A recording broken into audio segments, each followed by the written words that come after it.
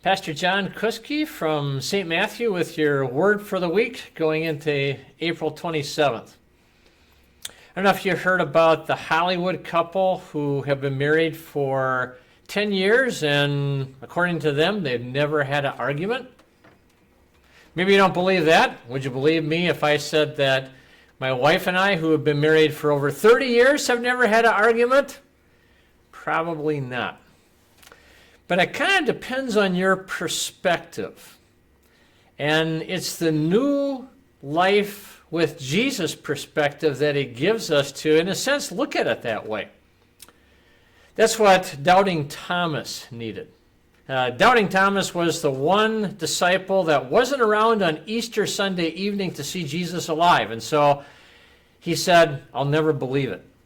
So Jesus came to them through the locked doors, the brick walls, with his risen body, and Thomas was able to see that that was the case. Actually feel the flesh and bones body, even to put his fingers into Jesus' nail prints and into that spear hole in his side. Not wounds, but marks of glory. Yeah, Jesus was really alive.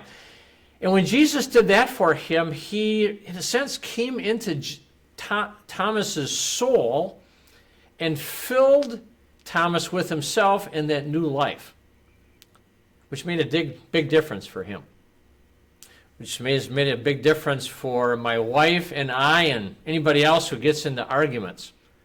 Because when Thomas had to deal with the fact that he had deserted Jesus, that maybe he had differed with Jesus, and the sins that got in the way between him and his Lord, this is what Jesus, the risen Jesus, the new life that he gave to him, said to him. Whenever you forgive people's sins, they are forgiven.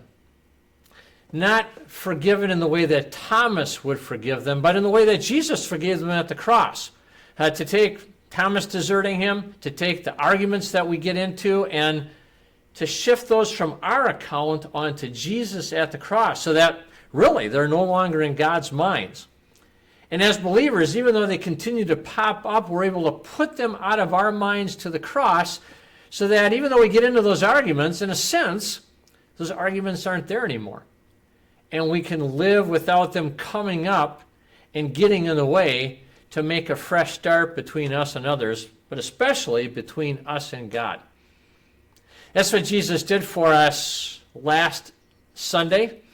On Easter, he came into us with more of his risen new life. And that's what he'll continue to do in these weekends during Easter. Hope you can join us for a completely new life, a completely new perspective that puts the bad behind us and God's good new life, really a glorious one, for us to live every day. This Saturday at 5:30, this Sunday at 9 a.m., that service is also streamed and archived. God bless you.